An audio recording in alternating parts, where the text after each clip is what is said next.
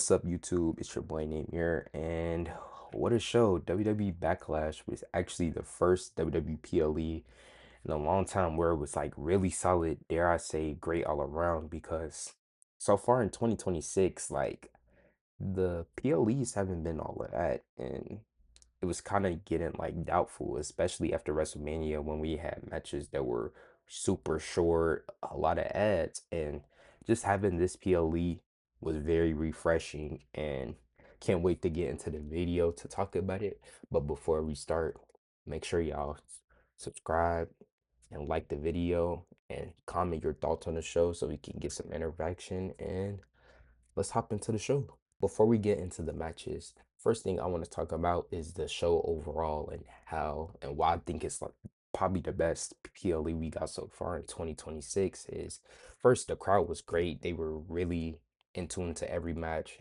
where he's getting their chance, whether it was from the Seth match with the hoots for Braun Breaker and the crowd singing Seth's song, Sammy and Trick, Sammy getting booed and Trick getting to whoop that Trick chant, and all the other matches further down in the match card. So the crowd was really good. I was really solid crowd.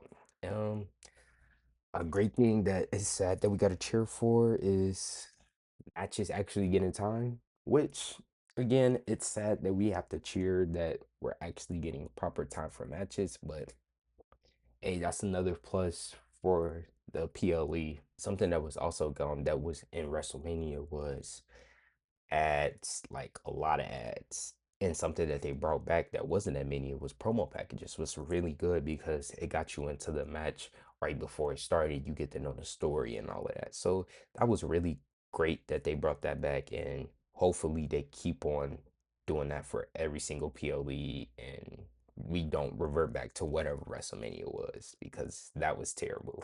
Start off the evening with Braun Breaker versus Seth Rollins, which was a very good opener match where Braun Breaker ended up getting the win. In this match, it was nice super kick counters. We got unique spots where when Seth Rollins was trying to go for a stomp on Braun Breaker catches his foot and then kind of gets up with his foot and then gets him into the military press into a gut check. It was really nice. We got some very nice false finishes with either them hitting the spear or Seth hitting the pedigree and all of that.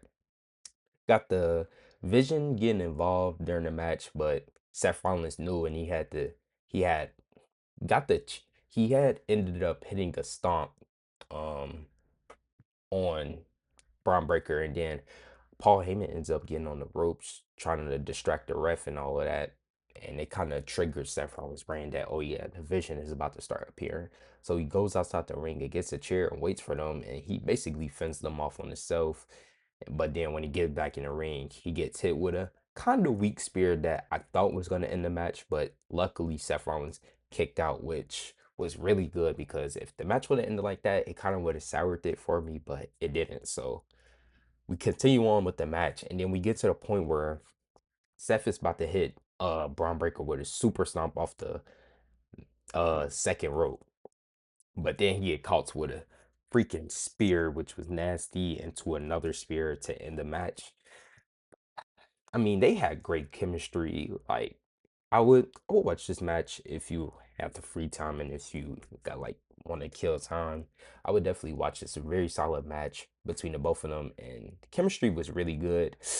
Where do I see them going from here? I could see Braun Breaker getting ready for King of the Ring, or maybe, maybe this is just wishful thinking.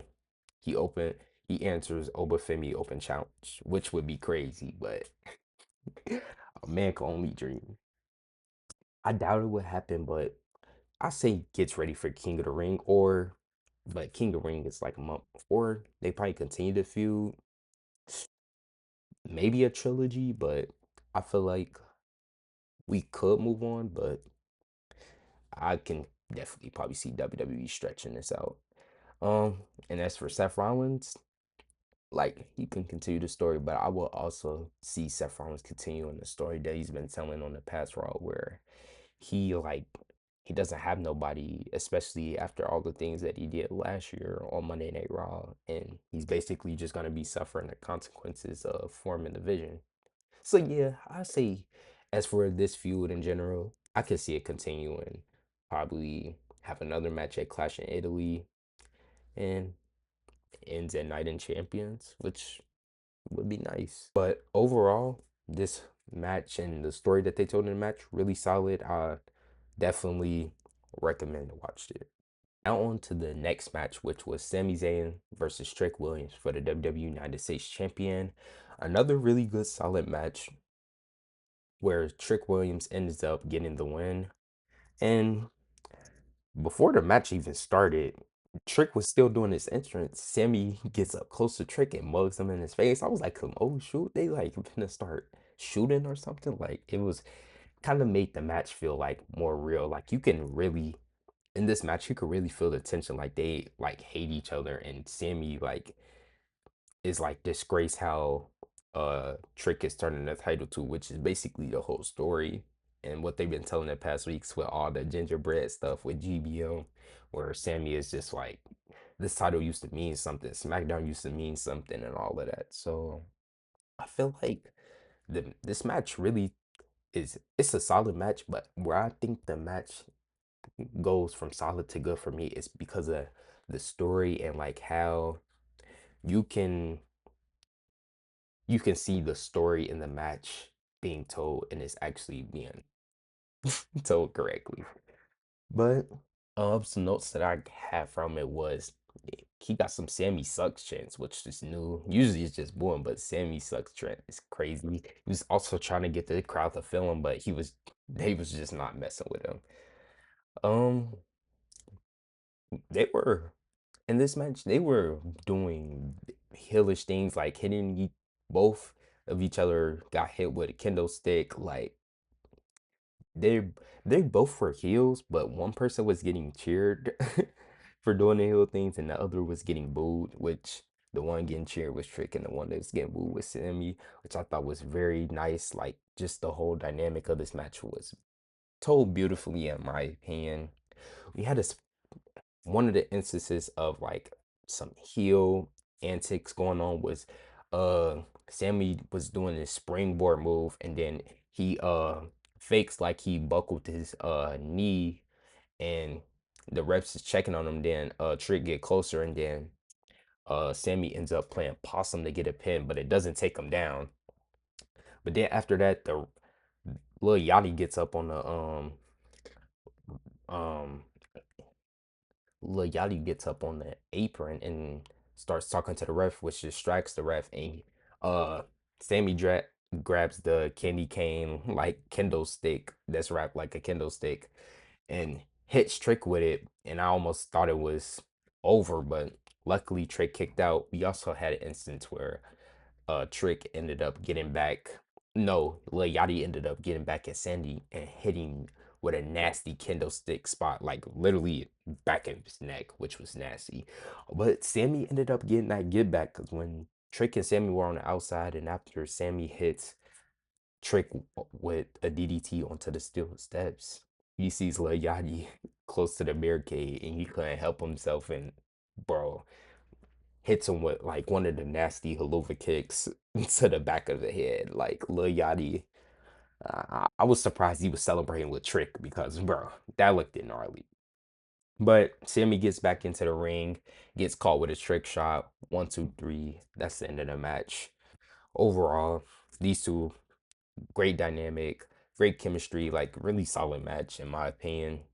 Um, as for where I see these two going, I have this big vision where Trick Williams, like how it's on Raw with Penta, with Javon Evans, Rusev, and Ethan Page. We can do that on SmackDown with Trick Williams with his United States Championship, which I call United States Championship Madness, where we could get Mello, Ilya, Ricky, and even Matt Cardona trying to gun for the championship. Just because you got the mid card talent, you just gotta book it right. And mid-card division could be cooking, but I kind of doubt that that's really gonna happen because apparently soon SmackDown's going back to 2 hours, which sucks. But hey, hopefully they can try to still tell the story, I at least see him start feuding with one of these people because his U.S. Championship reign has been good, even though he had only had it for like a couple weeks. It's been good and very entertaining. I don't care what nobody say. The GBM stuff was hilarious. As for Sami Zayn, I can see him still going down this path of like, why are people booing me? Da, da, da. And he can finally try to finish his story of becoming a world championship. I can really see it. I don't know like where and when he gets involved because Cody is busy with Gunther, but maybe make it a triple threat or something. But I can definitely still see him battling his battling the side of not trying to turn heel and all that. But overall, real solid match. And yeah, these two definitely cooked. On to the next match where we had The Miz and Kit Wilson versus Danhausen and his mystery partner, which ended up being a Minihausen.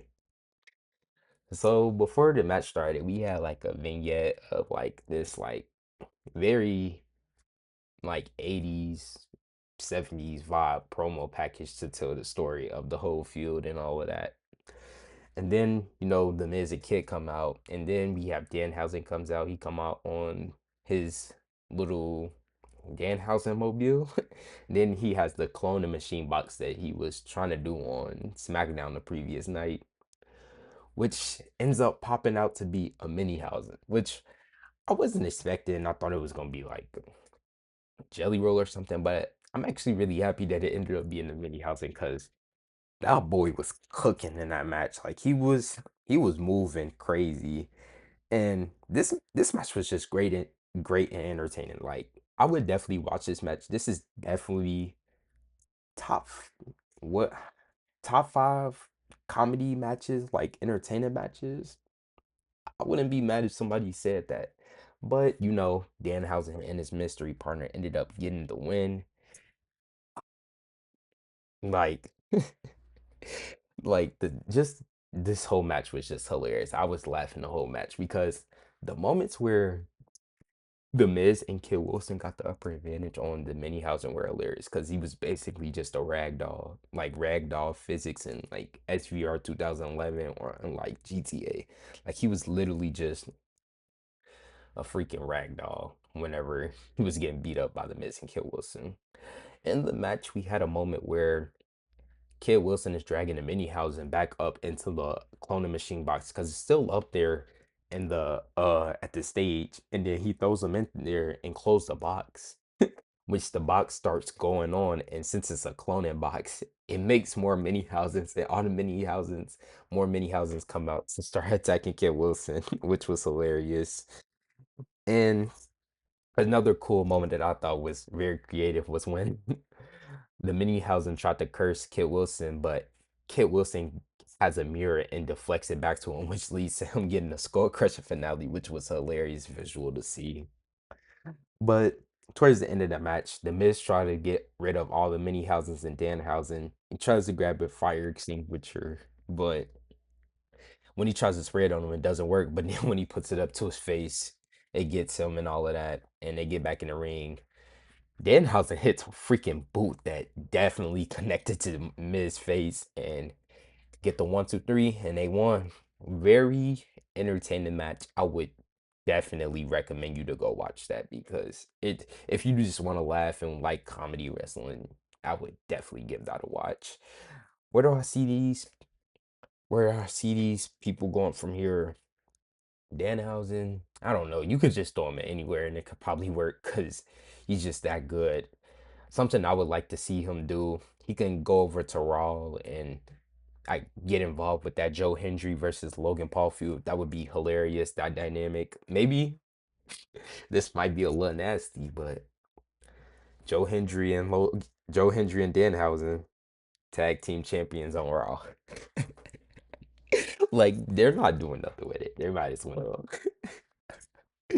But I would love to just see those two together, Joe Hendry and Danhausen, and then you could do them versus Logan Paul and Austin Theory. That would be great.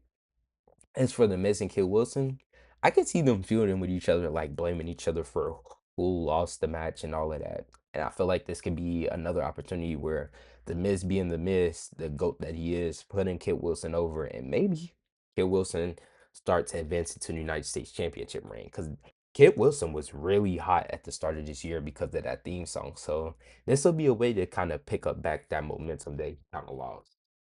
So yeah, that's where I see they going from here. And overall, like I said, great entertaining match. Would definitely give it a watch. Now we have the only women's match on the card, Io Sky versus Asuka, which was an amazing match. Even though Kyrie wasn't involved with the story and it kind of was like, what's the point? It was still an amazing match. These ladies put on a banger, but who's really surprised? It's Asuka and Io Sky. Io Sky was literally putting on bangers all last year. And Io Sky ends up getting the win.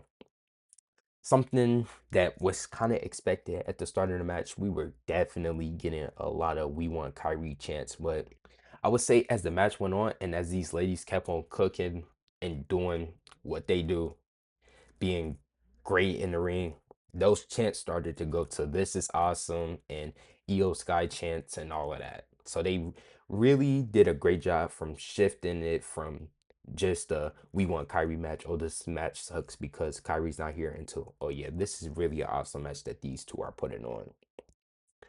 Like these ladies had great counters, great chemistry. Like Asuka hard hitting style was really good, and just Io Sky being Io Sky.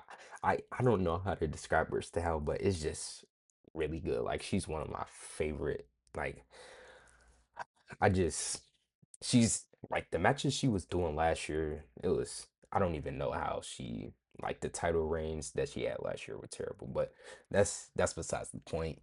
Um, a moment a nice, very one of the beautiful moments or counters that I really liked. Probably my favorite in the match was Io Sky did a Hurricane Rana off the top rope, but then as they were going down, Oscar reversed it into like a sunset flip into a pin, which was super clean. It was beautiful, like literally beautiful. But Io Sky ends up kicking out. And then another great moment in the match is they're both on the announce table, and I don't even know where Asuka slipped in the mist, or do she like automatically comes out of her body? Cause I did not see her put like something in her mouth or anything, but Asuka goes for the spray mist, but Io Sky ends up blocking it with a notebook, which was really creative. It was like some I know your tricks because Asuka sprayed Io on the Monday night show, the go home show to Backlash, and Io Sky had her number for that. So that was a really cool gotcha moment. But I really would give this match a watch. It was definitely match of the night in my opinion. Like ladies, great chemistry. Hats off to them. Um, after the match ended and Eos got the win with the over the moonsault, we have the two standing up and hugging each other, and they get a standing ovation from the crowd, and you can kind of see Oscar emotional and hugging Io and all of that. And people like WWE wrestlers on Twitter and all of that are posting pictures of Io Sky and like I mean not Io Sky, Oscar in black and white and all that. I don't know if she's retired or if she's leaving WWE, but if so, thank you, Oscar, for all you done for the women's division. You know, my first time watching you probably wasn't the best time, which was WrestleMania 34 against Charlotte, but you have definitely been a great wrestler and done amazing things for the WWE. Where do I see these two going from here? Well, Asuka, we don't really know. She could be retired. She could be leaving WWE. It's really a question mark for her. But as for Io Sky, you gotta send her for the World Women's Championship against Liv Morgan. She's too good to not be on Monday Night Raw and not doing anything. I don't care if she fights Raquel Rodriguez for the thousandth time, or Roxanne Perez, or give me a match against her versus like or Valkyria or something. Cause she's just too good to not be doing nothing on Monday Night Raw. And I would love for her to actually get a proper title opportunity because all of her title reigns have been sad to say it trash because she literally wins it. championship and then does nothing until the end of the championship. So I would love for her to get into a feud with Liv Morgan. Now, before we got into the main event, we ended up getting a John Cena segment, which was announced. And it was really like John Cena finna be corporate Cena. We finna get some announcement for Club WWE, maybe a WrestleMania announcement, which is crazy. We literally just got done with Mania, so I don't know why that would be the case, but I really thought it was just gonna be something for the WWE club, but it actually ended up being something totally different where John Cena announces this new yearly event called the John Cena Classic.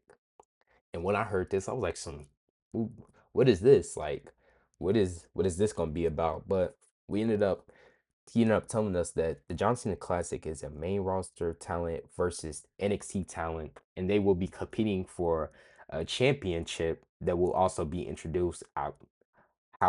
How we was saying it, it basically kind of made it seem like it's gonna be like the Crown Jewel Championship, like probably you win it once a year and you're just going to be a part of it. I don't think it's going to be a championship like the IC or United States Championship. I think it's just going to be exclusively for that event for that year.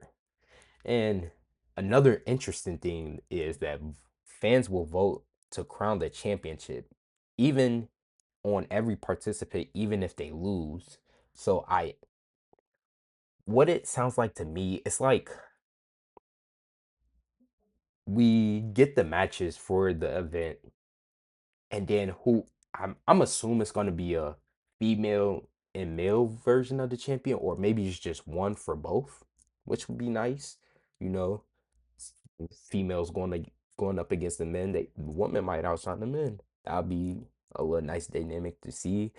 And we basically vote and see like who had the best performance that night, which is very unique. Like I really like that. Now could it be a little biased? Yes, but I feel like it's a cool dynamic to test. It's definitely giving Cyber Sunday, Cyber Tuesday vibes. Like it's definitely giving that, but I'm really excited about this and I'm really, really interested to see how it turns out and if it's executed right. Because if so, I feel like this could be a great um concept to do for the WWE and something to add on and something new just to add because I'm really interested to see like are we gonna be able to choose like the matches, like who's gonna be in there? Like, uh, is the votes gonna be rigged? Like, is it gonna actually be from the people? So I'm really excited. We don't have too much details of like when the show is and all of that, but as for this whole announcement, I'm really interested and intrigued about what's gonna happen with the show. So yeah. Now, on to the main event where we have Roman Reigns versus Jacob Fat 2 for the WWE World Heavyweight Championship. Feel like another good solid match and Roman Reigns gets the win, of course. But just because Roman Reigns got the win, that don't mean Jacob lost and like he got speared and lost clean. No, no, no, no. Jacob was like he was really dog walking Roman most of the match. Like it was basically Roman escaped Jacob because the way that Roman had to win is he had to hit Jacob with the exposed turnbuckle and then he had to spear Jacob for the win. But even after the match ended, Jacob was still he was up before Roman. Like it was basically like he took a regular move and he was already up. So this feud definitely continuing, but some things in the main story of the match was that Tonga death grip, like that was really killing Roman, and like you can see like the hunger in Jacob, like he was not letting up, like he was really all gas, no brakes, like no pun intended, but he was really just all gas, no brakes, really going at it, like he was foot on the gas the whole time, and Roman was just trying to really just escape Jacob, really. That's what it seemed like to me. Like Roman was like really getting his ass beat and really showing like how Jacob is the black sheep of the family and like how he's dangerous and like how he you could see why some people were nervous about him like coming to the WWE. A moment in the match where I was like, "So yo, is Jacob actually finna win?" Where he had the target death grip in, and he and it's looking like Roman is fading, and the ref even do the little hand check spot, which I hate because they don't stay consistent with it. They don't choose if it's you do it 3 times or 1 times, but they ended up choosing to do it 3 times. Roman actually getting his arm up on the second time, but that was a very close spot where I was actually kind of fooled for a second that Roman might win, but we had a lot of drooling in this match. Definitely towards the post match beatdown with Jacob going back at Roman with that tongue and death grip, and basically this feud is not over. It's not over. I can definitely see them running it back at Clash of Italy.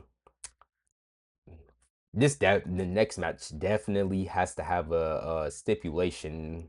I would say last man standing, maybe I quit or I acknowledge you match. I acknowledge you match or tribal combat. Same thing. I would like a I quit or I acknowledge you match. That would be unique. Yeah, I'd go with that. I'll co-sign that. Clash at Italy I quit slash I acknowledge you match. And something to note from the post show, Roman says you're basically gone, you're fired because of what Jacob did. So Monday Night Raw should be interesting. Jacob Fatu definitely suspended because he fucking yeeted Adam Pierce out of the ring. So I don't know what Adam Pierce is gonna do about that, but this whole match and everything was really good. Definitely looking forward to their next match. And yep, that was the show. That was WWE Backlash 2026. Overall, a really great show. I would definitely watch it if you didn't watch it or if you was fishy about it.